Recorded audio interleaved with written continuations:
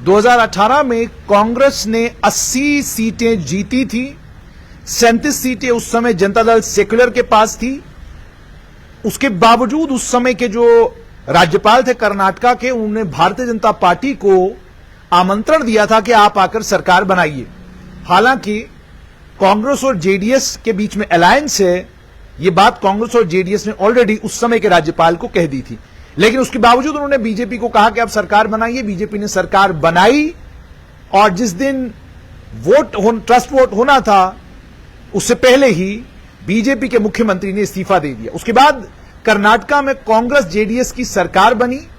117 MLA Congress JDS के पास थे। उस सरकार के बनने के बाद 14 महीनों बाद कांग्रेस ने आरोप लगाया, ऑपरेशन कमल हुआ और नेशनल टेलीविजन चैनलों पर आप लोगों ने भी देखा कि होटलों में एमएलए पहुंच गए और 12 एमएलए ने इस्तीफा दे दिया, 2 इंडिपेंडेंट बीजेपी के साथ चले गए और 14 महीनों के बाद कर्नाटका में कांग्रेस जेडीएस की सरकार गिर गई और भाजपा की सरकार बनी और उसने अपना कार्यकाल भी मुकम्मल किया।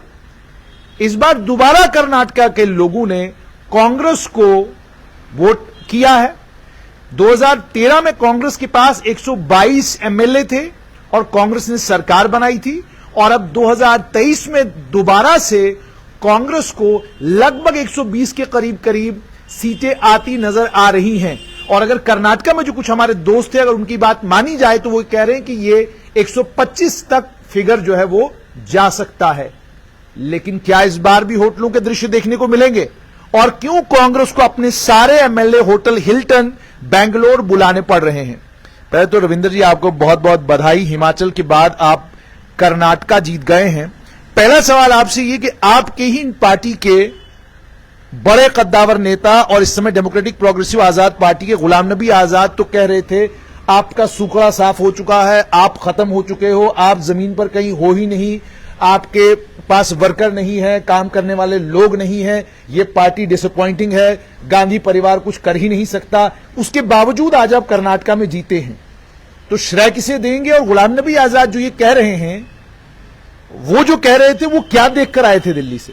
देखिए, पहले तो मैं कर्नाटका की जनता को भी बधाई दूंगा और देश की जनता को भी बधाई दूंगा कि जो ट्रेंड चेंज हुआ है, एक उल्टी गिनती शुरू हुई है और 2024 के जनरल जो इलेक्शन हैं उनके लिए एक ट्रेंड सेटर इलेक्शन था। कर्नाटका और साउथ की बहुत बड़ी रियासत है, 224 असेंबली सीटें हैं और वहां से देखा जा रहा था कि इस चुनाव में क्या होता है और इसका 2024 के जनरल चुनाव पे और आगे 2 विधानसभा जो बड़ी आ रही हैं चुनाव पे एक बहुत डायरेक्ट असर होने वाला है। और लगता यह है कि देश की जनता का मूड बदल गया है। वो समझ चुके हैं जुमलों की सरकारों को, विभाजन की राजनीति को और तानाशाह के तरीकाकार को। और जो आपने जिक्र किया कि आया राम गया राम, ये तो सिद्धांतों वाली पार्टी बताते थे। सिद्धांत कहाँ गए जब ये चुनी हुई सरकारों के एमएलए को खरीद के तोड़ के और जीते हुए एमएलए पार्टी छोड़े? ये तो अचंभे की बात है और ये एक नया ट्रेंड जो है जमहूरियत के लिए देश में देखा जा रहा था। मध्य प्रदेश भी ऐसा हुआ और संविधान ये कहता है कि अगर प्री पोल अलायंस है, 2 पार्टियों ने लिख के दिया था, सरकार हमारे पास कंप्लीट बहुमत था, लेकिन गवर्नर के इंस्टीट्यूशन को भारतीय जनता पार्टी जो है वो मिसयूज करती है शरेआम और वहां दावत बीजेपी को दी गई, सरकार बनाई गई, इस्तीफा हुआ। महाराष्ट्र में भी आपने देखा, रात को हम सोए और सुबह 8 बजे उठे तो ओथ हो रही थी और फिर वो कितने दिन सरकार चली।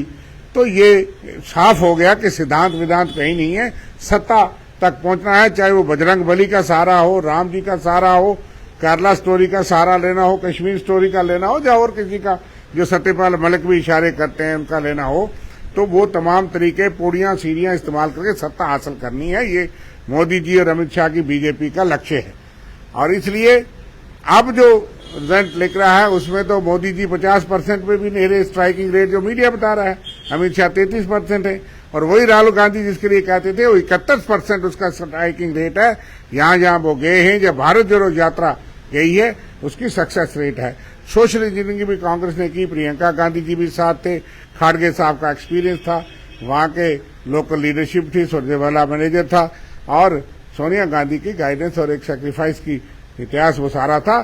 तमाम हथकंडे और बजरंग दल को बजरंग बली बना दिया गया कि उसमें पाबंदी हो गई। राम सेना पे आप प्रतिबंध लगाए महाराष्ट्र में मनोहर पर्रिकर और भाजपा, तो राम जी का अपमान नहीं होता, लेकिन बजरंग दल पे अगर कोई बात कही जाए तो बजरंग बली का अपमान हो जाता है। लगता है राम जी और बजरंग बली भी अब इनको उल्टे पड़ गए हैं, और जो आंकड़े आप बता रहे हैं और इनके हथकंडे बेनकाब हो चुके हैं देश के। लेकिन मैं आपसे ये पूछ रहा था कि आप ही की पार्टी के एक बड़े नेता वो ये कह रहे थे कि आपका दलबल नहीं है, पार्टी खत्म हो चुकी है, गांधी परिवार का असर खत्म हो चुका है, वो किसी काम के नहीं है, वो चलेंगे नहीं, उनके पीएसओ का जो है वो पार्टी चलाते हैं, आपका कहीं कोई आपका सुकड़ा साफ हो चुका है, देश से आप जो खत्म हो चुके हो।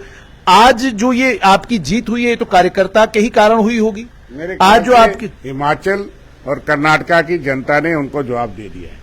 कई बार ऊंचा आदमी बड़ा आदमी नीचे नहीं देखता, कार्यकर्ता वही है, कार्यकर्ता पार्टियां नहीं छोड़ते, कार्यकर्ता हमसे भी ज्यादा जो है वो इस वक्त मुझे जितने फोन कॉल आ रहे हैं, जितने लोग शायद साल 2 साल से बेचारे बैठे थे, आज वो फोन करके वो इसकी सेलिब्रेशन करते हैं।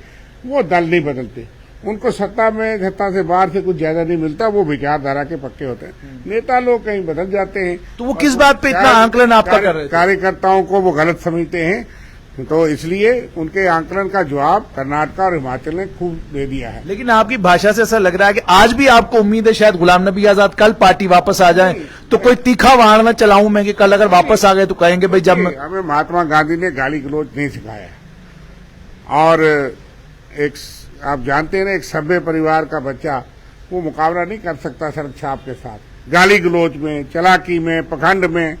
तो हमको पखंड आता नहीं, हम उनका सम्मान जरूर करते, वो यहाँ है सुखी रहे, वो अच्छे रहता है, लेकिन उनके आंकड़े गलत है, उनकी सोच जो है वो कांग्रेस के बारे में गलत है। सारी उम्र उन्होंने दी, सारी उम्र रहे, वो चलाते रहे। अगर आज कोई कांग्रेस में जो कहीं नेता में कमी है, कार्यकर्ता में, उसमें कुछ जिम्मेवारी तो उनकी भी है। फिर जो 40-50 साल सरकार के, वो कहते 32 साल में जनरल सेक्रेटरी रहा और हमेशा कांग्रेस वर्किंग कमेटी में रहे, अगर कोई तरबियत में कमी रही तो वो तो सिर्फ एक ही परिवार और एक ही अध्यक्ष नहीं देता ना, वो तो उसमें बहुत बड़ा अहम भूमिका कांग्रेस में उनकी रही है। तो मुझे कमी होगी। मुझे ये बताइएगा कि 122 के करीब जो है इस समय जो आंकड़े आ रहे हैं, हमारा अंदाजा है ये 125 क्रॉस करेगा और हम कंफर्टेबल मेजॉरिटी में हैं। ये बड़ी अच्छी बात है कि ऑपरेशन कमल की कोई कमल की संभावना नजर नहीं आती अब नहीं नजर आती। लेकिन मुझे सीबीआई है, आईबी है, इनकम टैक्स है, और कोई बचा खुचा हो, स्टेट पुलिस, वो सारे हैं। तो ये जरूरी। रविंद्र जी मुझे बताइएगा, जनता करे क्या? जनता आपको मैंडेट देती है, आप जनता के मैंडेट को बचा नहीं पाते, आपके लोग पार्टी छोड़कर भागकर बीजेपी में चले जाते हैं और सत्ता परिवर्तन होता है। अब जनता आपको सत्ता में लाए कैसे? क्या आपके एमएलए चुनने के बाद उनके घरों के बाहर बैठे रहें कि भाई आप पार्टी छोड़कर भागना? पहले तो जनता यही करे जो उन्होंने कर्नाटका में किया है, मध्य प्रदेश में किया था, और चोरों को, डकैत जो हैं, डाकुओं की पहरेदारी करनी पड़ती है। आप खेत लगाते हैं और खेत में जब फसल उग जाती है तो वहां मवेशियों का और जंगली जानवरों का पहरेदारी करनी पड़ती है। डाकू लुटेरों की, तो लुटेरों से बचाना पड़ता है अपना खेत ना, तो लोगों को भी चौकीदारी करनी पड़ेगी, हमको भी करनी पड़ेगी। लेकिन लुटेरे जो है वो सुरंग से भी आते हैं, चूहों की तरह, ऊपर के लुटेरों को तो पकड़ लेते हैं। आप किसी आदमी, शरीफ आदमी के पीछे ED, CBI, IB, income tax सब कुछ लगा देंगे तो वो कहीं ना कहीं, ये जरूरी नहीं कि हर कोई बिकता है, कहीं ना कोई कारोबारी कहीं ना कहीं उसके खिलाफ बना लेते हैं। आपने देखा नहीं कल कि एक बहुत बड़ा फिल्म एक्टर, में नाम नहीं लेना चाहूंगा, जिसके बेटे को फंसाया एक नारकोटिक्स के ऑफिसर ने, कल उस पर रेड निकला, उसने 25 करोड़ रुपया लिया, और उस नेता, अभिनेता और उनके खानदान को बदनाम किया जा रहा था कि ड्रग के माफिया हैं। तो इसलिए आप किसी को भी चंद दिनों के लिए बदनाम कर सकते हैं, परेशान कर सकते हैं। कई लोग उस परेशानी, बदनामी से बचने के लिए भी ये जरूरी नहीं कि बिक जाए, वो जान छुड़ाते हैं। मुझे ये बताइएगा जी, बड़े बड़े लोग जो हैं, बड़े बड़े पदों पर रहे हैं, वो इस वक्त। मुझे बताइए जीत किसकी है?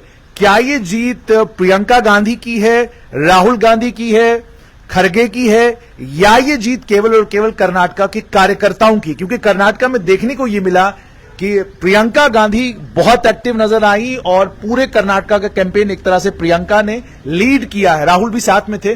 तो क्या माना जाए, जीत किसकी है? देखिए, पहले तो जनता की जीत है। कर्नाटका की जनता अगर वोट ना देती तो कार्यकर्ता भी कुछ कर, फिर कार्यकर्ताओं की जीत है। और फिर हमारी कलेक्टिव लीडरशिप की जीत है। उसमें देखिए, महाभारत में सारे करेक्टर्स को देख करके ही महाभारत बनती है। इसलिए खाड़गे जी का अपना तजुर्बा, उनकी लोकल पकड़, 11 बार के मुख्यमंत्री पर लड़ाई तो नहीं होगी अब?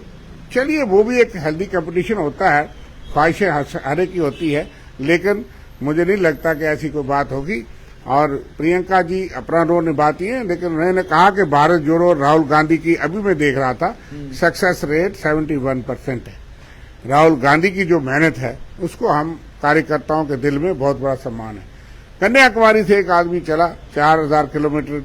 और लेकिन क्या अब आपको भी कांग्रेस नेता के तौर पर इस बात का एहसास होने लगा है कि जो जनता ट्विटर पे गाली गलौज कर रही है, जो सोशल मीडिया के ऊपर हंगामा कर रही है, सोशल मीडिया और ट्विटर को अगर आप देखें तो आपको लगता है कि भाई कांग्रेस तो खत्म है, ये तो चुनाव जीत ही नहीं सकती।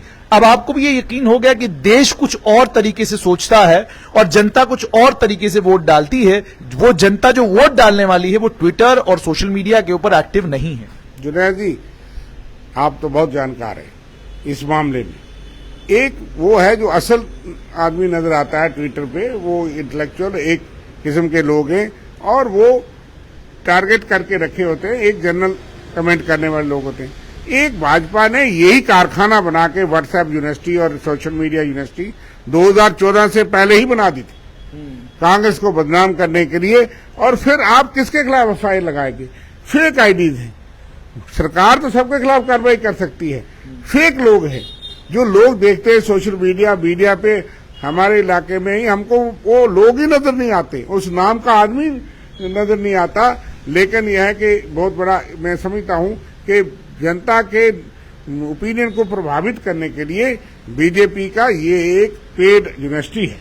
और वो फेक भी है, लोग ऐसे भी हैं, वो कौन लोग हैं उनकी शिनाख्त होनी चाहिए। लेकिन आम जनता का ट्रेंड आपको नजर आ गया। पिछले चुनाव में भी तमाम हथकंडों के बावजूद, तमाम धन बल, सत्ता दल और तमाम एजेंसीज के बावजूद मध्य प्रदेश, कर्नाटका और यहाँ हिमाचल तो जीत हुई। और इसलिए मैं नहीं मानता कि लोग बिल्कुल पहले भी खराब थे, लेकिन उनको प्रभावित किया जाता था धर्म के नाम पे, राजनीति के नाम पे, और बहुत सी ऐसी अश्लील बातें भी कि गांधी परिवार के ऊपर सारा हमला जो है कहीं, हालांकि तो ये तो 1947 से ही चलता था, लेकिन पिछले कुछ सालों से हथकंडा यही रहा। लेकिन अब लोग समझ रहे हैं कि संतुष्ट हैं आज आप जीत से? बिल्कुल संतुष्ट हैं कि सूट बूट की सरकार जो बात कही थी, लोगों को सिर्फ यही नहीं समझ आ रहा, उनको जुमले भी समझ आ गए, उनको सूट बूट की सरकार भी समझ आ गई, गैस की कीमत भी समझ आ गई, पेट्रोल 35-36 रुपए मिलने वाला वो भी समझ आ गई, ऑक्सीजन के बिना लोग मर गए अस्पतालों में, मिसमैनेजमेंट कोविड में वो भी समझ आ रही है, नोटबंदी तानाशाही वो भी समझ आ रही है, आर्थिक व्यवस्था भी समझ आ रही है, बेरोजगारी भी समझ आ रही है। अब लोग, मैं इसको पॉजिटिव जीत मानता हूं कि इन्होंने कोशिश की बजरंग बली जी महाराज की तरफ ले जाने की, लेकिन हालांकि मुद्दा संवेदनशील था, लेकिन फिर भी उसका असर ज्यादा नहीं हुआ, ये गुमराह नहीं कर सके। यही हम जनता से अपील करते हैं कि उन मुद्दों से ऊपर उठ करके, वो हमारे धर्म की बात है, अपना अपना धर्म हम सबको मानना चाहिए, दूसरों का सम्मान करना चाहिए, धर्म को पूजना चाहिए, लेकिन धर्म पे राजनीति और धर्म को इस्तेमाल करके वोट बैंक बनाना, ये इस देश के लिए गलत है। बहुत बहुत शुक्रिया। तो आपने सुन लिया, कांग्रेस के मुख्य प्रवक्ता रविंद्र शर्मा आज अपनी कर्नाटका की जीत से गदगद हैं और इनका साफ तौर पर यह कहना है कि जितने भी मुद्दे भारतीय जनता पार्टी ने कर्नाटका चुनाव में उठाए, और कर्नाटका चुनाव की यह भी सच्चाई है कि प्रधानमंत्री नरेंद्र मोदी पूरे चुनाव कैंपेन को खुद लीड कर रहे थे, केंद्रीय गृह मंत्री अमित शाह चुनाव कैंपेन में थे, बड़े ताकतवर लीडर। उसके अलावा उत्तर प्रदेश के मुख्यमंत्री योगी आदित्यनाथ भी कर्नाटका में चुनाव रैलियों को संबोधित करने के लिए गए, लेकिन अंत में कर्नाटका के लोगों ने दोबारा से कांग्रेस को विजयी बनाकर 122 के करीब सीटें देकर सत्ता में वापस लाए। देखना अब यह है कि डीके शिवकुमार या डीके शिवकुमार के साथ में सिद्धरामैया, दो में से मुख्यमंत्री कौन बनता है कर्नाटका का।